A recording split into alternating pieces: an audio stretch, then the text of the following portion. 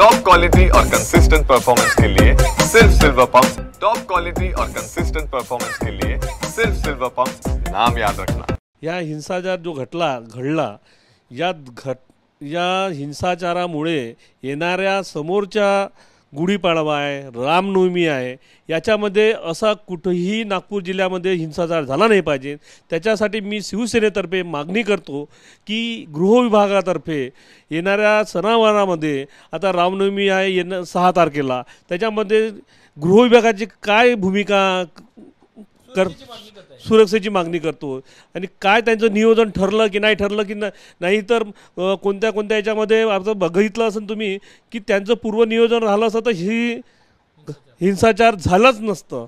आणि या हिंसाचार झाल्यामुळे मी माझ्या शिवसेना पक्षातर्फे येणाऱ्या याच्यामध्ये सखोल चौकशी होऊन पूर्ण न्यायाधीशांच्या याच्यामधून जे निवृत्ती न्यायाधीश आहेत त्यांच्याकडून सखोल चौकशी झाली पाहिजे। दोषींना दोष आणि दोषींना तर शिक्षा झालीच पाहिजे आणि जे निर्दोष आहेत त्यांना मोकळं केलं पाहिजे, एवढीच माझी शिवसेनेतर्फे मागणी आहे। न्यायालयीन चौकशी मागणी करते, न्यायालयीन सखोल चौकशी मी मागणी करतोय। काय वाटते चौकशी करावी याच्यामध्ये सखोल चौकशी अशी झाली पाहिजे कारण काही बिनदोषी पण याच्यामध्ये पकडले गेलेले आहे।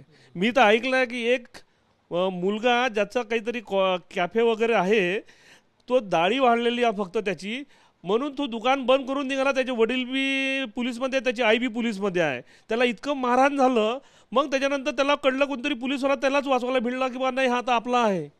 अशी मी आखोदेखी घटना तिथं बघितली आहे, म्हणून सखोल चौकशी मागणी ही इच्छा आहे आपली।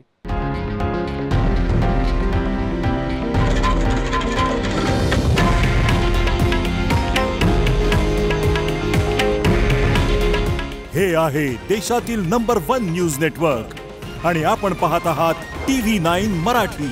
काळजी तुमची, हित महाराष्ट्राचं।